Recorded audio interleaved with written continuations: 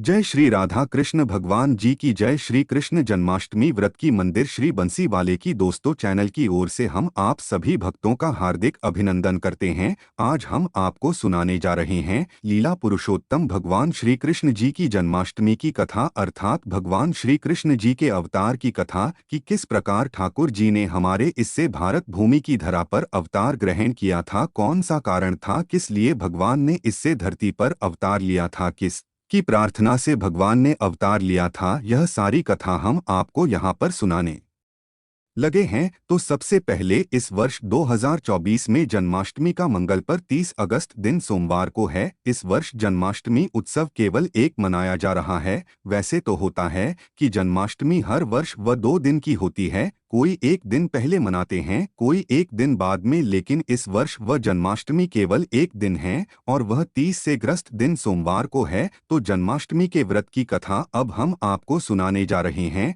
जो कि इस प्रकार है। द्वापर युग का समय था। उस समय मथुरा के राजा उग्रसेन का कंस नामक बड़ा अत्याचारी पुत्र था, जिसने अपने अत्याचार से सारी प्रजा को दुखी किया हुआ था। उसने अपने पिता को कारक गृह में डालकर स्वयं मथुरा का राजा वह बन गया और उसने सब तरफ से प्रचार कर दिया कि सभी मेरी पूजा करें, कोई भी भगवान के लिए धर्म कार्य ना करें, सभी मेरी पूजा करें, सभी मेरी भक्ति करें। इस तरह उसने सारी प्रजा को दुखिया तथा राजा कंस के भय से जब लोगों ने धर्म कर्म करना छोड़ दिया, उस समय पृथ्वी ने गांव का रूप धारण करके ब्रह्मा जी के पास जाकर इस प्रकार था है, ब्रह्मा जी, कंस के अधर्म के कारण संसार में हरि भजन आदि शुभ कर्म होना बंद हो गया है।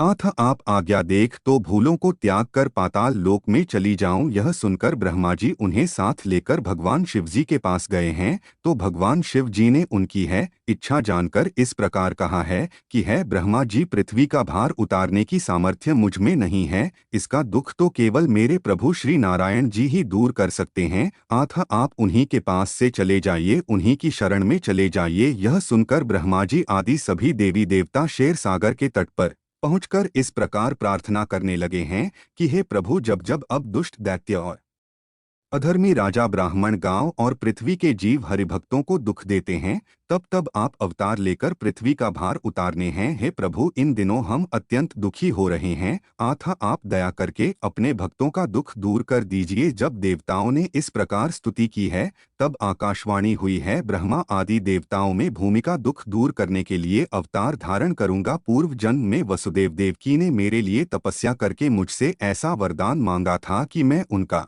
पुत्र हूँ। इसी प्रकार नंद यशोदा ने भी तपस्या करके यह वरदान मांगा था कि मैं हमारी बाल लीला का सूखने रखें। आथ मैं इन दोनों की इच्छा पूर्ण करने के लिए वसूल ड्यूटी के यहाँ मथुरा में जन्म लूंगा और हंसे गोकुल में पहुंचकर नंद यशोदा को बाल लीला दिखाऊंगा। तत्पश्चात कंसे आदित्य धीमी राजाओं को मारकर अपने भक्तों को सुख दूंगा। इसलिए आप सभी देवता भी मेरे लीला में सहयोग करने के लिए व्रज मंडल में श्रीधाम वृंदावन में ग्वालबाल के रूप में जन्म लें। ऐसी आकाशवाणी सुनकर ब्रह्मा जी सहित सभी देवी देवता अत्यंत प्रसन्न हुए हैं। सबको अत्यंत आनंद हुआ है कि अब ठाकुर जी का अवतार जल्दी ही इस धरती पर होने वाला है। इसके पश्चात भगवान की आज्ञा के अनुसार रख सब देवताओं ने ब्रजमंडल में श्रीधाम वृंदावन में ग्वालबाल के रूप में अवतार लिया है, जन्म लिया है। सभी भगवान के आगमन की प्रतीक्षा करने लगे हैं और उधर कंस के अत्याचार दिन प्रतिदिन उभरने लगे हैं। कंस ने पाप करना अधिक कर दिया है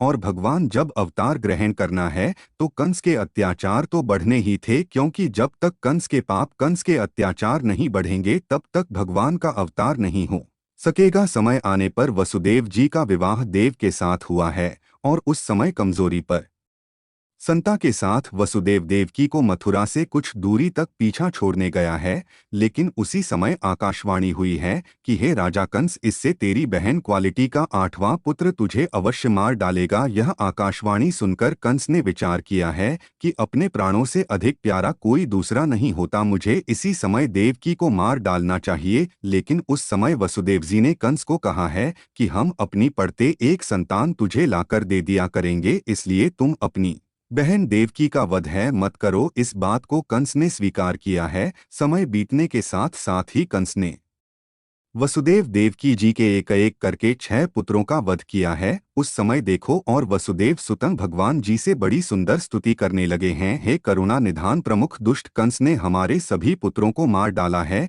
इसलिए अब हम आपकी शरण में हैं। आप शीघ्र ही हमें इस दृष्टि से मुक्त कराने की कृपा कीजिए, क्योंकि कि आपकी सिवाय और किसी का भरोसा नहीं है। अब देवकी वसुदेव ने इस प्रकार प्रार्थना की तो भगवान श्री कृष्ण जी ने अपने हृदय में सोचा है कि देवता और ऋषिमुनि तो जन्म ले चुके, अब हमको भी वसुदेव जी के यहाँ पर अवतार लेना चाहिए। इसके पश्चात देवकी के गर्भ में बलराम जी का आगमन हुआ है, लेकिन भगवान जी की आज्ञा के अनुसार योग माया ने बलराम जी को देवकी के गर्भ से निकालकर उधर रॉयने के घर में पहुंचा दिया है। रोशनी को इस बात का पता नहीं चला और इधर वसुदेव जी ने कारक ग्रह है कि एक पहरेदार के द्वारा कंस के पास देवकी के गर्भपात होने की खबर 20 बाद यह समाचार सुनकर कंस ने बड़े ही हर्षित होते हुए यह मन में सोचा है कि देवकी की 8वीं संतान तो अपने आप नष्ट हो गई। अब यह विशेष रूप से देवकी की 8वीं संतान के बारे में सूचना है। उसने पहरेदारों को आज्ञा दी है कि जैसे ही देवकी की 8वीं संतान हो उसी समय मुझे यह समाचार देना, ताकि मैं उसी समय देवकी की 8वीं संतान को मार डालो। कल दोस्तों ना जाने मन में क्या क्या सोच रहा था। सोते जागते, उठते बैठते, चलते फिरते उसके मन में केवल ठाकुर जी के बारे में भी चार बना रहता था। वह केवल यही सोचता था कि देवकी की 8वीं संतान जो होगी वह मेरा मदद करेगी, इसलिए मैं पहले उससे मार डालूंगा। वह सदा डरा रहता था, लेकिन उसने पूरी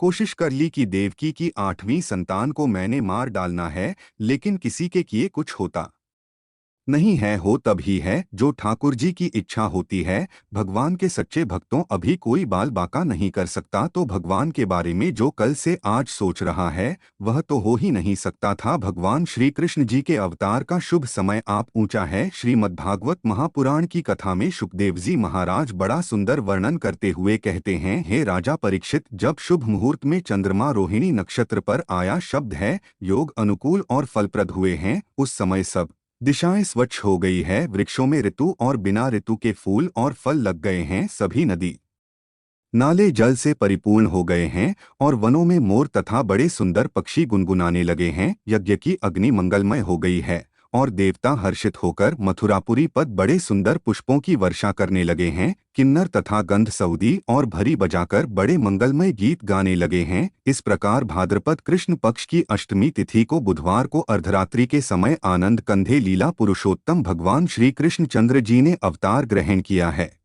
मथुरा की भूमि पर कंस के कारक गृह में ठाकुर जी ने अवतार लिया है। उनका वर्णन सुंदर चतुर्भुज स्वरूप तथा देखेंगे बरस न था। उनके कानों में मकराकृत कुंडल शोभित ही मान थे और सुंदर हाथों में शंख चक्र गदा तथा पद में शोभन दे रहे थे। श्री सुखदेव जी महाराज कहने लगे हैं, जब प्रभु ने चतुर्भुजी स्वरूप में वसुदेव देवकी को अपना दर्शन दिया है, तब उन्होंने उन्हें श्री नारायण जी का अवतार हुआ समझकर पृथ्वी पर शैतान को प्रणाम किया है। उस समय बड़ी सुंदर स्तुति करते हुए अपने लगी है, हे प्रभु के त्रिलोक के स्वामी, हम आपके चरणों की वंदना करते हैं। आपकी स्तुति करने की सामर्थ्य तो ब्रह्मा जी और सरस्वती जी में भी नहीं है, फिर हम कैसे आपकी स्तुति कर सकते हैं। हे प्रभु, आप अब्राह्मण तथा हरिभक्तों के दुखी होने पर पृथ्वी का भार उतारने के लिए अवतार धारण करते हैं। हमारा परम सौभाग्य है जो आपने अपना दर्शन देकर हमें जन्म मरण के बंधन से छुड़ा दिया है। उस समय वसुदेव देवकी जी की स्तुति को सुनकर भगवान श्री कृष्णचंद्र जी महाराज एक वसुदेव देवकी से खेलने लगे हैं। यह वसुदेव और देवकी, तुमने पूर्व जन्म में यह वरदान मांगा था कि तू भी मेरे जैसे पुत्र की प्राप्ति हो अटेन। मेरे समान कोई दूसरा ना होने के कारण मैंने स्वयं ही तुम दोनों की इच्छा पूर्ति करने के लिए और भूमि का भार उतारने के मैं तुम्हारे यहाँ और तारे लिया है। अब मैं अपने बाल स्वरूप में आए जाता हूँ। तुम मुझे इसी समय गोकुल ले चलो और हाँ पहुँचकर यशोदा के पास सुलाकर आव। इसी समय यशोदा के गर्भ से भी एक कन्या का जन्म हुआ है, उसे लायक तुम कंस को दे देना। नंद यशोदा ने भी पूर्व जन्म में मेरी बाल लीलाएं देखने के लिए बड़ी तपस्या की थी। सो कुछ दिनों तक मैं वहां रहकर उनकी मनोकामना को पूरा करूंगा। तत्पश्चात कंस को मारकर तुमसे मिलूंगा। वसुदेव देवकी जिसे इतनी बात कहकर भगवान श्री कृष्ण की बाल स्वरूप में आकर रुदन करने लगे हैं, वह रोने लगी हैं। ठाकुर जी की लीला है, सुंदर लीला है। भगवान का आज इस धराधाम पर अवतार हुआ है। आप सब मिलकर बोलिए श्री कृष्ण कन्हैया लाल। क्विज 1। श्री कृष्ण कन्हैया लाल की जय। श्री कृष्ण कन्हैया लाल की जय। भगवान शिव इस अवधि 16 कला संपूर्ण अवतार है। ठाकुर जी से बढ़कर कोई और नहीं हो सकता।